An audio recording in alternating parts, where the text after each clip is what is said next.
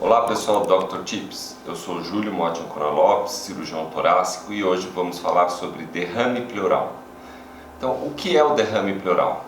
É o acúmulo de líquido anormal na cavidade pleural decorrente de um desequilíbrio entre a sua formação e a absorção.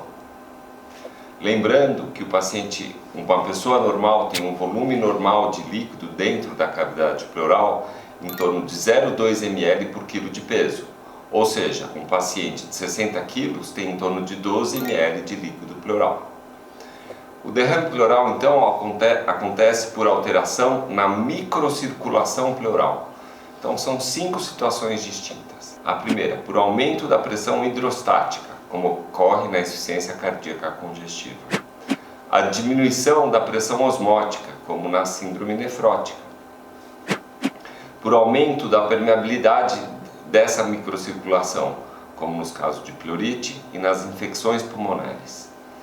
Quando há diminuição da pressão no espaço pleural, ou seja, como nos casos de atelectasia pulmonar.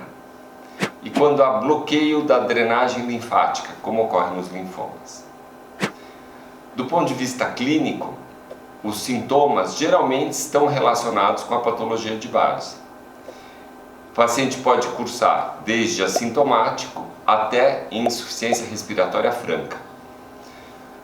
Clinicamente, o paciente apresenta diminuição dos frêmitos e da broncofonia do lado acometido, maciez à percussão e diminuição da expansibilidade pulmonar.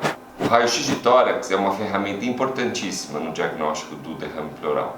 E lembrar que deve ser realizado tanto em PA como em perfil, e preferencialmente com o paciente em pé ou sentado.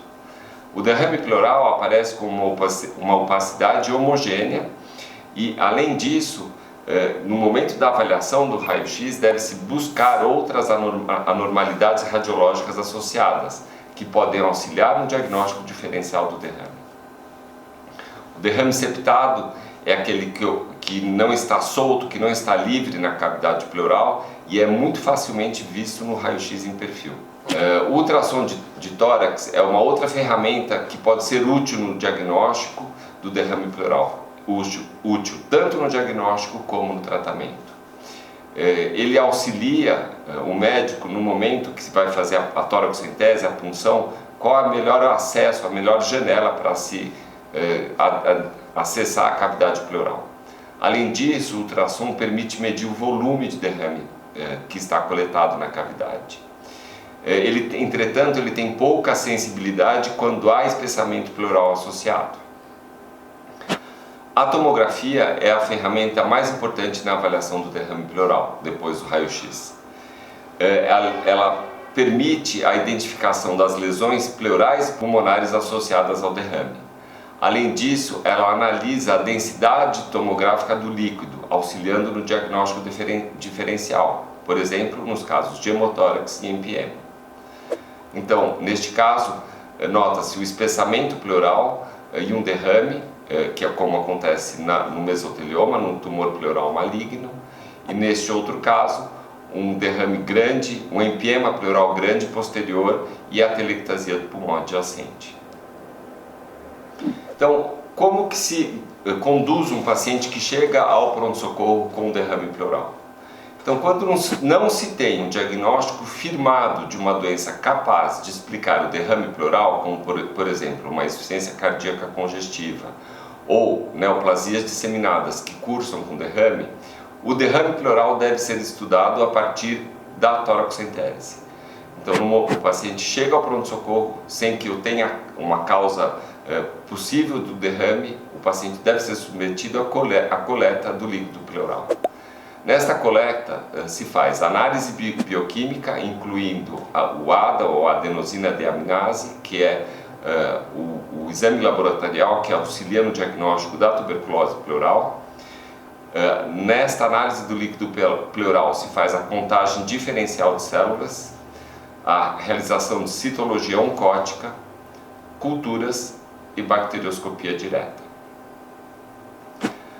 A drenagem pleural fechada ou sob selo d'água ou com uma válvula unidirecional e bolsa coletora está indicada para alívio sintomático em pacientes com derrame pleural moderado ou volumoso.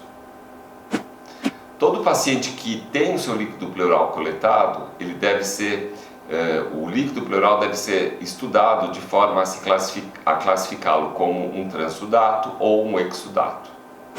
Então, os critérios para a diferenciação de um transudato e exudato são os seguintes. A relação entre a proteína do líquido pleural e a proteína sérica menor ou igual a 0,5 ocorre nos transudatos, ou maior que 0,5 nos exudatos. A relação entre o DHL do líquido pleural e o sérico menor ou igual a 0,6 nos transudatos, maior que 0,6 nos exudatos.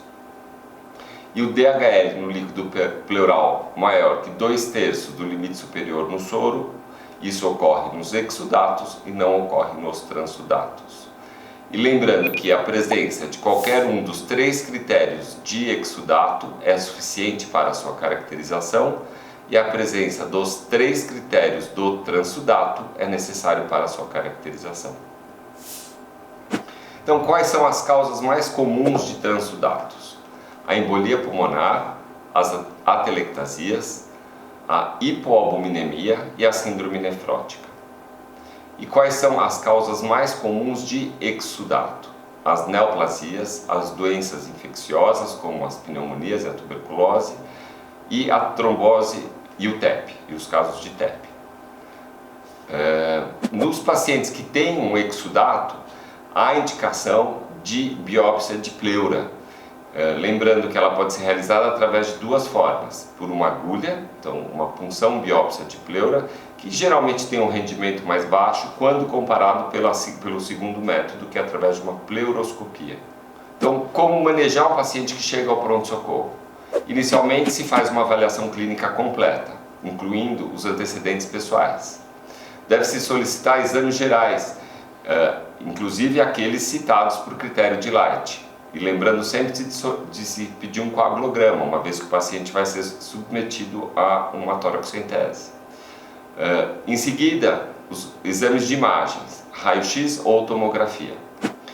O médico, diante desses dados em mãos, vai realizar ou uma toracocentese simples, ou uma toracocentese mais o esvaziamento da cavidade pleural, caso o derrame seja volumoso, ou se o paciente já tem uma causa conhecida e tem um derrame volumoso, ele vai ser submetido a uma drenagem pleural fechada, ou quando se faz a necessidade de uma biópsia de pleura, se indica uma pleuroscopia.